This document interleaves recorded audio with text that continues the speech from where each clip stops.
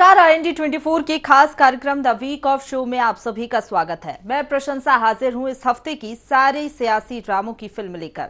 तो देर किस बात की, रंगमंच से पर्दा हटाते हैं और दिखाते हैं आपको इस हफ्ते के सारे सियासी ड्रामे।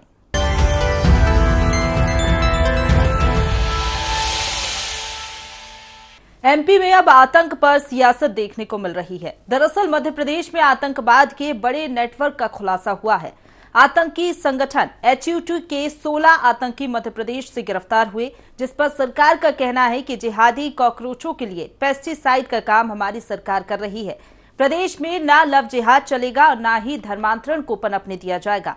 वहीं गृह एवं जेल मंत्री डॉक्टर नरोत्तम मिश्रा ने कांग्रेस पर भी तंज कसा। देखिए रिपोर्ट। बिल्कुल नहीं,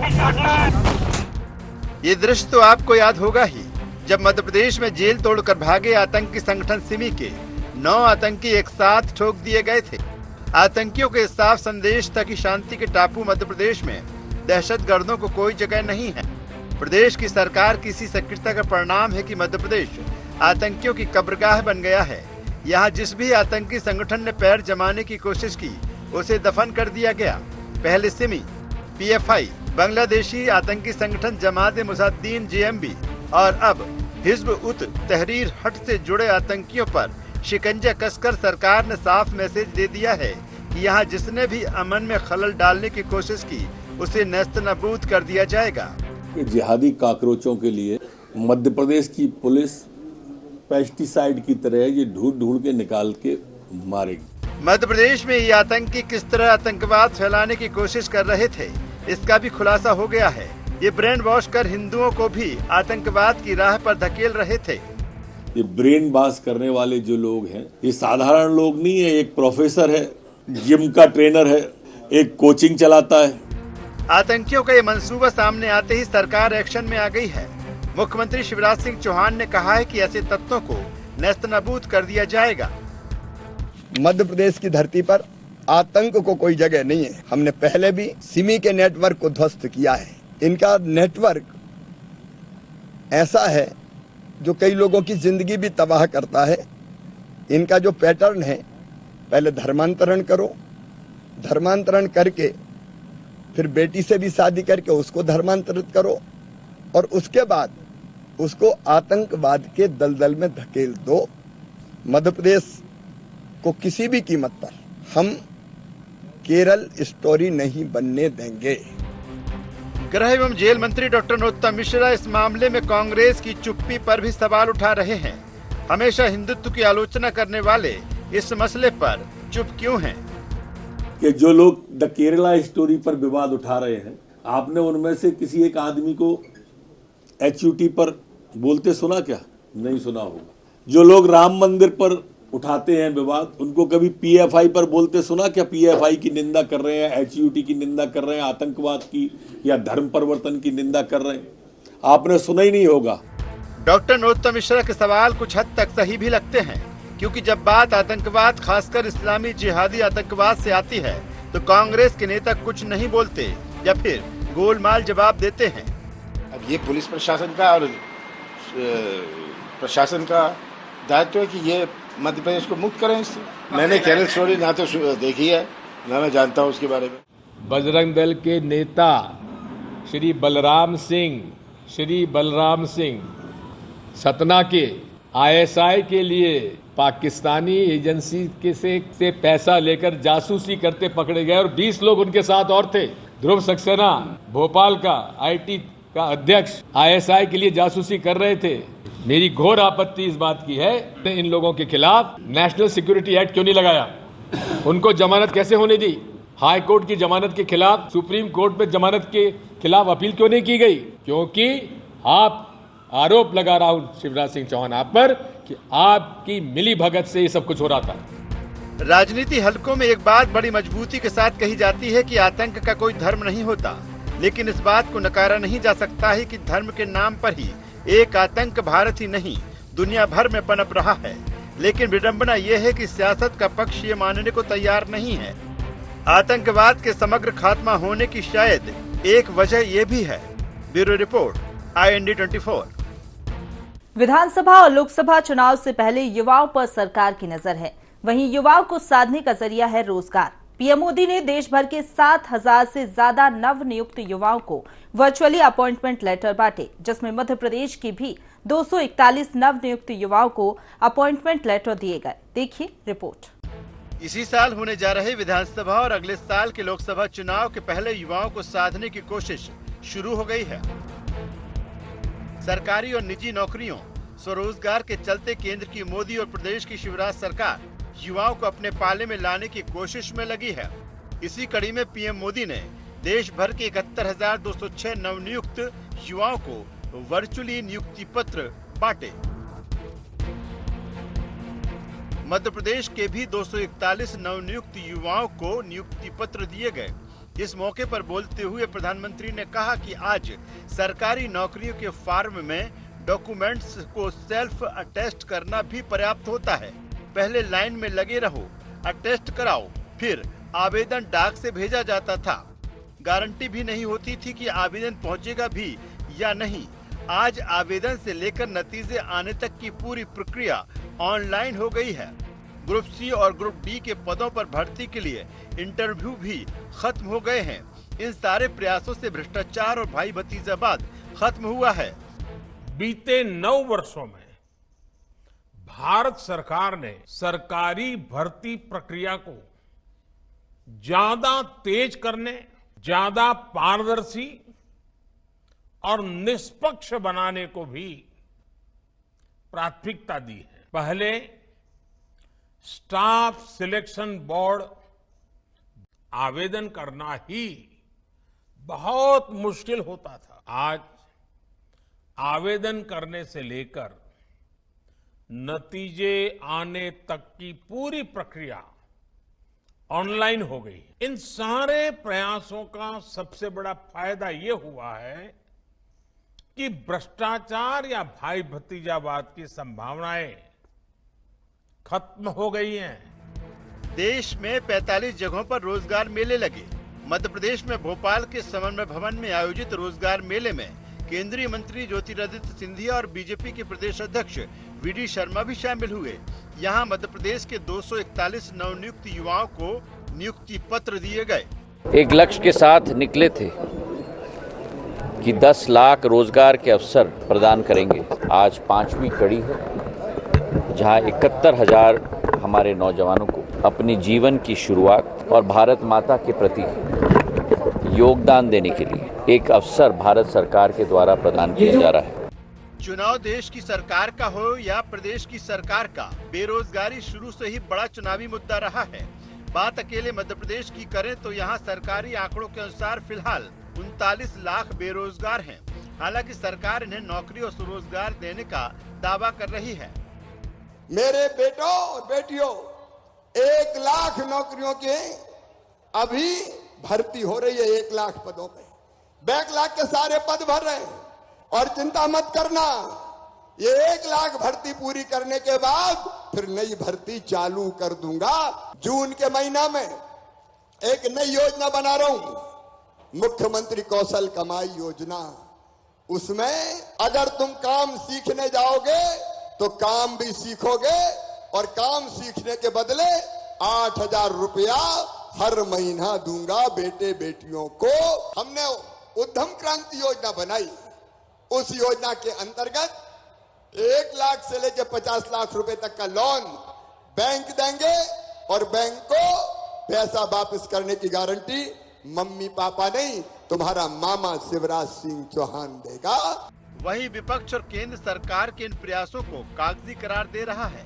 विपक्ष रोजगार देने के मामले में केंद्र और राज्य दोनों को नाकाम बता रहा है। चुनावी साल है, इस तरह के झूठे वादे, झूठे दावे, झूठी बातें बीजेपी के लिए बहुत ज़रूरी हो गई हैं। 2 दशक में लोगों को बेरोज़गार कर दिया। अब एक दिखावे के लिए 70,000 लोगों को नियुक्ति पत्र दिया जा रहा है जो बेरोज़गार हैं। कब तक रहेगी इनकी नौकरी, क्या गारंटी है इनकी नौकरी की? तो ये सारी की सारी चीज़ें सिर्फ़ और सिर्फ भ्रमित करने के लिए हैं। तो ये बूंद है समंदर के अंदर और वो भी वक्ती आए तो जनता जवाब देगी। महंगाई और बेरोजगारी सियासत के सदाबहार मुद्दे हैं। लगभग हर चुनाव में इनकी गूंज सुनाई देती है। चुनाव से पहले विपक्ष सबसे अधिक इन्हीं मुद्दों पर मुखर है, तो सरकार इसी दिशा में सबसे अधिक फोकस कर रही है। देखना यह है कि इस पर जनमत का रुख किस तरह का दिखाई पड़ता है। Bureau report, IND24। सीखो और कमाओ। जी हां, शिवराज सरकार ने युवाओं को साधने एक बार फिर बड़ा दांव चला है। योजना लॉन्च करते हुए सीएम शिवराज ने कहा कि बेरोजगारी भत्ता देना बेईमानी है। हम बैसाखी नहीं बल्कि उड़ने के लिए पंख दे रहे हैं। तो वहीं पीसीसी चीफ कमलनाथ ने सरकार को आड़े हाथों लेते हुए कहा कि मध्य प्रदेश में मतदाताओं को गुमराह करने वाले कार्यक्रम चल रहे हैं। देखिए रिपोर्ट। चुनावी साल में मुख्यमंत्री शिवराज सिंह चौहान ने युवाओं पर बड़ा दांव चला है। शिवराज कैबिनेट ने बेरोजगार युवाओं के लिए मुख्यमंत्री सीखो कमाओ योजना को मंजूरी दी है। इस योजना में युवाओं को रोजगार मूलक गतिविधियों की ट्रेनिंग के साथ 8 से 10 हजार रुपए महीने दिए जाएंगे। योजना लॉन्च करते हुए मुख्यमंत्री ने कहा कि बेरोजगारी भत्ता देना बेईमानी है। हम बैसाखी नहीं बल्कि उड़ने के लिए पंख दे रहे हैं। आज ही एक योजना हमने शुरू की है, मुख्यमंत्री युवा सीखो और कमाओ योजना। जिनने 12वीं पास कर ली, जिनने BA BSc कर ली या जिनने MA MSc कर ली, तो एक योजना बनाई है कि आप काम सीखो। 700 काम चिन्हित किए हैं हमने। किसी फैक्ट्री में, सर्विस सेक्टर के किसी क्षेत्र में अलग अलग काम जो बच्चे सीखना चाहेंगे, अलग अलग स्थानों पे काम सीखने के लिए भेजा जाएगा और काम सीखने के बदले उनको 8,000 रुपया महीना दिए जाएंगे और काम सीखने के बाद उनको परमानेंट रोजगार मिल जाए, इसकी चिंता की जाएगी। मुख्यमंत्री शिवराज सिंह चौहान ने युवाओं को भरोसा दिलाया है कि उन्हें रोजगार देने में सरकार कोई कोर कसर नहीं बकाया रखेगी। सरकार रोजगार की दृष्टि से अनेकों प्रयास कर रही है।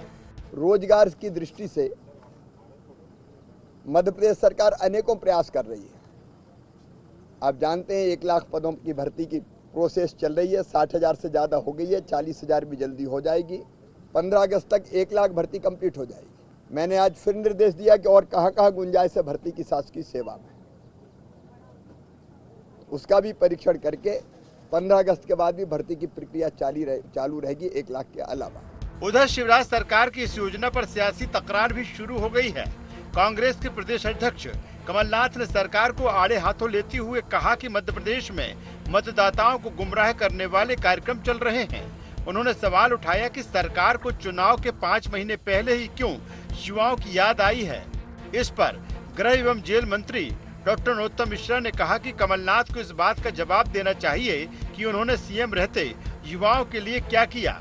ये वही कमलनाथ हैं जो रोजगार के नाम पर युवाओं को ढोर चराने और बैंड बजाने की ट्रेनिंग दे रहे थे।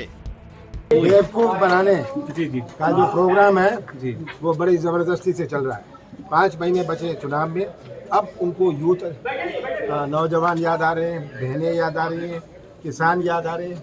18 साल कोई याद नहीं आया। ये अब उनका प्रयास है कैसे मैं गुमराह करूं, कैसे मध्य प्रदेश के मतदाताओं को मैं बेवकूफ बनाऊं। कमलनाथ जी की 15 महीने की सरकार ने युवाओं को झंझना दिया, ढोल चराना, बैंड बजाना, ढोल बजाना। आज मध्य प्रदेश की सरकार ने युवाओं को रोजगार देने की दिशा में महत्वपूर्ण पहल की, जो मील का पत्थर साबित होगी बेरोजगारों के लिए। ये कहावत आपने सुनी होगी कि चिड़िया अपने बच्चों को घोंसला नहीं देती, पंख देती है। बेरोजगारी भत्ता समस्या का निदान नहीं है, ये स्थायी निदान है कि वो सीखें। युवाओं के कौशल कमाई योजना एक अद्भुत योजना का प्रारंभ आपके सामने हो गया है। मध्य प्रदेश में 2023 के विधानसभा चुनाव में करीब 40 लाख युवा मतदाता वोट डालेंगे। इनमें 18 से 21 साल के 30 लाख युवा वोटर पहली बार वोट करेंगे, जो कुल वोटिंग का 8 से 10% होगा। प्रदेश में 2018 में 1% से भी कम वोट प्रतिशत वोटों के अंतर से सरकार बदल गई थी। इसलिए बीजेपी हो या कांग्रेस, दोनों का फोकस युवाओं को साधने पर है। लेकिन एक स्याह सच ये भी है कि प्रदेश में 39 लाख रजिस्टर्ड बेरोजगार भी हैं। दोनों पार्टियों के रोजगार के दावों के बीच ये किसके पक्ष में मतदान करते हैं, ये देखने लायक होगा। Bureau report, IND24। चुनावी साल में मध्य प्रदेश में एक बार फिर धर्म प्रेम की होड़ शुरू हो गई है। कांग्रेस एक कदम आगे बढ़ाते हुए प्रदेश भर में धर्म रक्षा यात्रा निकाल रही है। इतना ही नहीं, इन दिनों कांग्रेस दफ्तर भी भगवामय नजर आ रहा है। तो वहीं कांग्रेस के भगवा प्रेम पर बीजेपी ने तंज कसा और कहा इन्हें भगवान और भगवा दोनों चुनाव पर ही याद आते हैं। देखिए रिपोर्ट। मध्य प्रदेश में 2023 के विधानसभा चुनाव की लड़ाई एक साथ कई मोर्चों पर लड़ी जा रही है। इसमें तमाम दिग्गज मैदान में उतरे ही हैं, शब्द बाढ़ छोड़े जा रहे हैं। इसके साथ ही अब सोशल मीडिया पर भी दोनों पार्टियों ने सक्रियता बढ़ा दी है। बीजेपी और कांग्रेस दोनों के सोशल मीडिया वॉरियर्स चुनावी जंग में उतरने को तैयार हैं। इसी सिलसिले में बीजेपी के सोशल मीडिया और IT सेल की बड़ी बैठक हुई, जिसमें मुख्यमंत्री शिवराज सिंह चौहान, प्रदेश अध्यक्ष PD शर्मा, क्षेत्रीय संगठन महामंत्री अजय जामवाल, प्रदेश प्रभारी मुरलीधर राव ने कार्यकर्ताओं को सोशल मीडिया में वार और पलटवार के तौर तरीके सिखाए।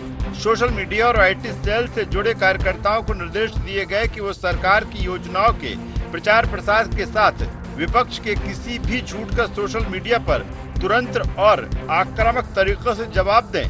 कांग्रेस की 15 महीने की सरकार और 2003 के पहले की सरकार के हालात जनता को बताएं। 2003 का मध्य प्रदेश कैसा था? ये इस मध्य प्रदेश का जनमानस जानता है, लेकिन अभी जो मिट्टी ने कहा कि 17 साल 18 साल के नौजवान जो आज नया वोटर है, उससे 2003 का मध्य प्रदेश नहीं पता। मिस्टर मंडाधार दिग्विजय सिंह ने इस मध्य प्रदेश को लूट करके व्यवस्था के दौर में कैसे लेके गए? 15 महीने की सरकार थी। 15 महीने की सरकार में श्रीमान कमलनाथ जी ने इस मध्य प्रदेश के अंदर वल्लभ भवन में बैठ करके वल्लभ भवन को दलाली का जो अड्डा बनाया था। मध्य प्रदेश के अंदर 37 लाख लोग ऐसे हैं जो सोशल मीडिया IT के नेटवर्किंग में आज इस मध्य प्रदेश के अंदर इतिहास बनाने का जिन्होंने काम किया है। बीजेपी की सोशल मीडिया की चुनावी तैयारियों पर कांग्रेस तंज कस रही है। कांग्रेस का कहना है कि बीजेपी जितनी भी कोशिश कर ले, जनता अब उसके बहकावे में नहीं आने वाली। कांग्रेस बीजेपी पर सोशल मीडिया की आड़ में झूठ और नफरत फैलाने, हवा में काम करने का भी आरोप लगा रही है। सोशल मीडिया विभाग जनता का सोशल मीडिया विभाग बन चुका है और भारतीय जनता पार्टी का जो सोशल मीडिया विभाग है वो नफरत का सोशल मीडिया विभाग है। ये लोग सिर्फ नफरत फैलाने की राजनीति करते हैं। लगातार कांग्रेस पार्टी के सोशल मीडिया का हर एक कार्यकर्ता हर जिले में पूरे सक्रियता से काम कर रहा है। जनता ने अब जवाब देना शुरू कर दिया है। हमारे साथ लगातार गृहिणियां जुड़ रही हैं, युवा जुड़ रहे हैं, बेरोजगार युवा जुड़ रहे हैं। हम लगातार जमीन पर रहकर काम कर रहे हैं और भारतीय जनता पार्टी हवाई झूठे वादों और घोषणाओं पर निर्भर है। तो कांग्रेस का सोशल मीडिया विभाग जनता का सोशल मीडिया विभाग है और भाजपा का सोशल मीडिया विभाग नफरत का सोशल मीडिया विभाग है। सोशल मीडिया से चुनावी तैयारी में कांग्रेस भी पीछे नहीं है। कांग्रेस कार्यकर्ताओं के साथ भारत जोड़ो अभियान के बैनर तले कई सामाजिक संगठनों की टीम कांग्रेस के पक्ष में माहौल बनाने मैदान में उतर रही है। सिविल सोसाइटी के योगेंद्र यादव की अगुवाई वाली ये वही टीम है जिसने कर्नाटक में कांग्रेस के पक्ष में चुनावी माहौल तैयार किया था। भारत जोड़ो अभियान की ये टीम मेन स्ट्रीम मीडिया के बजाय सोशल मीडिया का उपयोग कर व्हाट्सएप और सोशल मीडिया के दूसरे माध्यमों के जरिए इलेक्शन कैंपेन करेगी। हम मध्य प्रदेश में इस भारत जोड़ो अभियान की शुरुआत कर रहे हैं। मध्य प्रदेश के तमाम कोनों से हमारे साथी बता सकेंगे किस किस जिले से कहां से कुछ प्रतिनिधि आए हैं। यहाँ से भी आज जो मध्य प्रदेश का पहले विधानसभा चुनाव है, फिर यहाँ लोकसभा चुनाव है, इस सब में झूठ और नफरत की राजनीति के पांव उखाड़ने का काम शुरू होगा। समय के साथ चुनाव प्रचार का तौर तरीका भी बदल गया है। आज हर हाथ में मोबाइल है तो एक बड़ी आबादी सोशल मीडिया प्लेटफॉर्म से जुड़ी है। इन्हीं हालातों को देखते हुए दोनों पार्टियां डिजिटल प्रचार पर पूरा जोर लगा रही हैं। देखना ये है कि इसमें किसे कितनी कामयाबी मिलती है। Bureau report, IND24। विधानसभा चुनाव की सुगबुगाहट के बीच बीजेपी ने नया एक्शन प्लान तैयार किया है। बीजेपी 30 मई से 30 जून तक विशेष जनसंपर्क अभियान चलाएगी। MP में मिशन मोदी के तहत बीजेपी मोदी के नाम और काम को भुनाने की तैयारी में है। देखिए रिपोर्ट।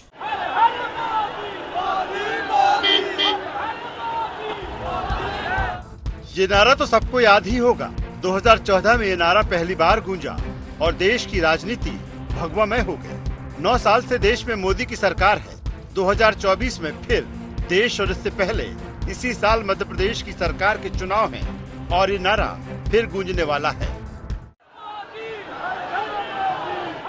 मध्य प्रदेश में बीजेपी शिवराज सरकार के विकास कार्यक्रमों और नीतियों के साथ PM मोदी की नाम और काम का सहारा लेकर चुनाव मैदान में उतरने वाली है और इसके लिए 30 मई से 30 जून तक विशेष अभियान चलने जा रहा है।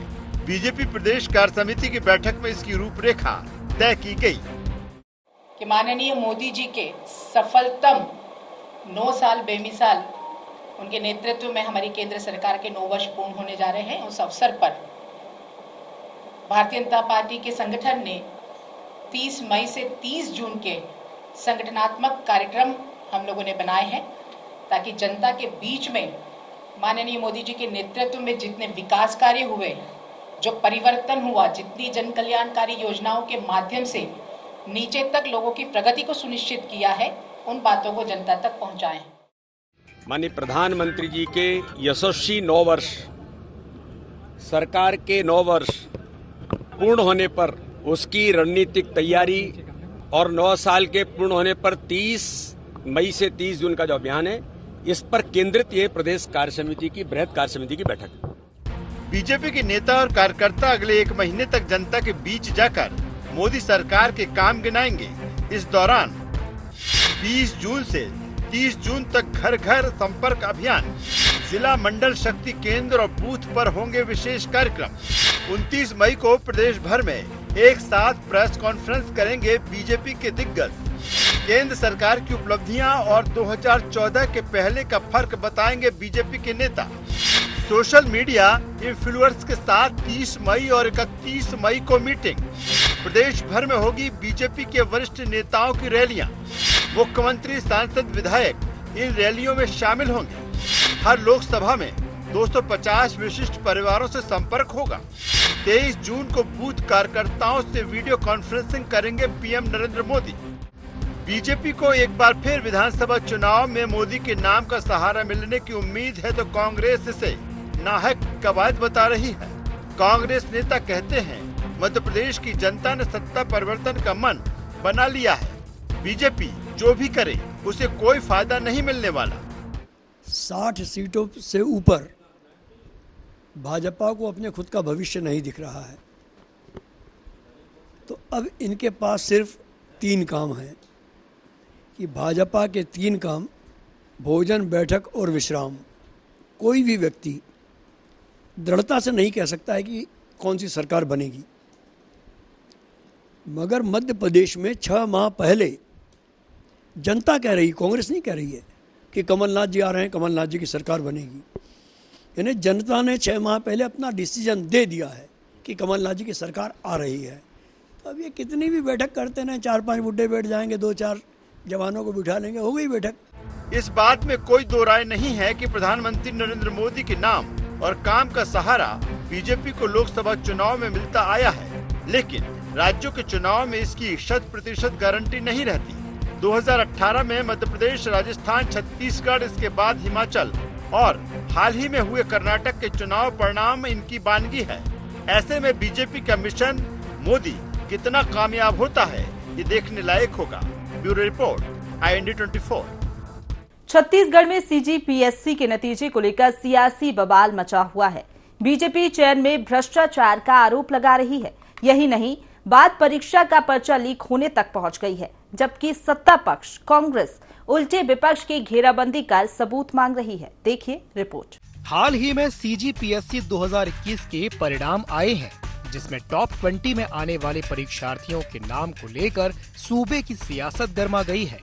विपक्ष भूपेश सरकार पर निशाना साधते हुए चयन में भ्रष्टाचार का आरोप लगा रहा है।